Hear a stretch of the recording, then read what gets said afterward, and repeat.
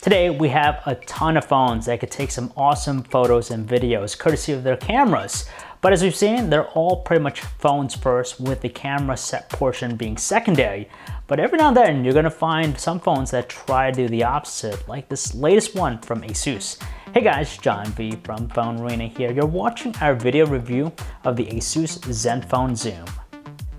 Let's jump right in and talk about the most important part about the handset, and that's the 13 megapixel camera on the back. It features a one-of-a-kind 10-element Hoya lens with a 3x optical zoom. On top of that, you have a Panasonic Smart FSI sensor with an f2.7 aperture, optical image stabilization, laser autofocus, and a dual-color real-tone flash. Pretty much all the camera gear we saw in the ZenFone series have been packed into this. And you even have the same wide-angle 5-megapixel front-facing camera with an f2.7 aperture lens.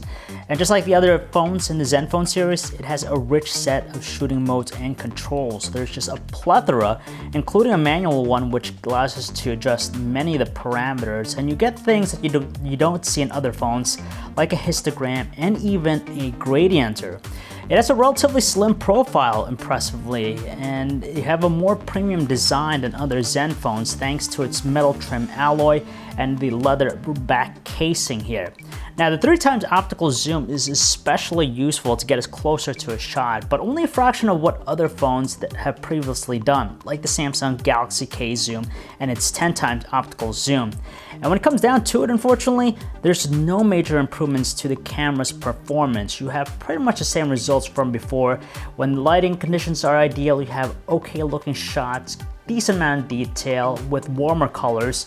If you like artificial qualities, you'll especially love its HDR mode. It boosts pretty much everything from the contrast, the saturation, the highlights and shadows. Everything's boosted to give that artificial look. And in low lighting conditions, you tend to have, degraded qualities like softer looking details, but luckily they minimize noise. Now, it's an okay snapper by itself, but thanks to the optical zoom, it definitely dishes up more definition. That's pretty useful, but everywhere else, it's pretty much unchanged. One of the stranger things about the phone is towards the video recording front. Now, it's nice that it has a dedicated button to start taking videos, but there are just some things that really puzzles us. For example, you don't have 4K Ultra HD video recording as an option, and the video stabilization is only limited to 720p mode, which produces this almost jello-like wobbly effect. It's pretty distracting, and it tops out at 1080p video resolution. And the other thing is that it lacks continuous autofocus, so it's not really a video recording centric type of device.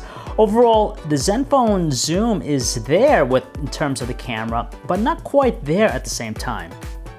As for the rest of the phone, it's pretty much identical to what was established with the ZenFone 2 last year. So with that, you have a 5.5-inch 1080p IPS display, same qualities for the most part, but we do notice that it has an extremely cold color temperature of 9,000 Kelvin, and it tends to look a little bit more washed out this time. You have the same Zen UI on top of Android 5.0 Lollipop from before, a ton of personalization with the interface, but for power users, it's not going to top things like TouchWiz or LG's interpretation. It also has the same processing hardware under the hood. It's an Intel Atom Z3580 processor with 4 GB of RAM, and quite frankly, even though it's unchanged, it's still one snappy performing phone. It even handles gaming pretty well without too much degradation with its frame rates. You have also the same decent call quality thanks to the ample volumes out of the earpiece and speakerphone, but voices still tend to sound a little bit on the robotic side. And yes, it also has a pretty fast charge time of 99 minutes. It's not as good as the original ZenFone 2, but a lot better than the majority of the phones out there. And as for its actual battery life, it's pretty average. It tops out at 6 hours, 12 minutes in our battery benchmark tests. And in everyday use, it's more than enough to get us through a day, but it's going to require nightly charges. Considering that it has most of the same guts as the Asus ZenFone 2 from last year, the ZenFone Zoom is not terribly expensive at $399, especially when it features a one-of-a-kind 3x optical zoom with a more premium design.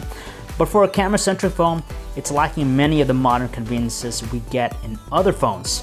Also, it would have been nice to have a longer zoom range as well. 3 times is great, but it'd been a lot more beneficial if it were at least 10. Overall, it doesn't suggest being the top of the line camera phone for serious shutterbugs.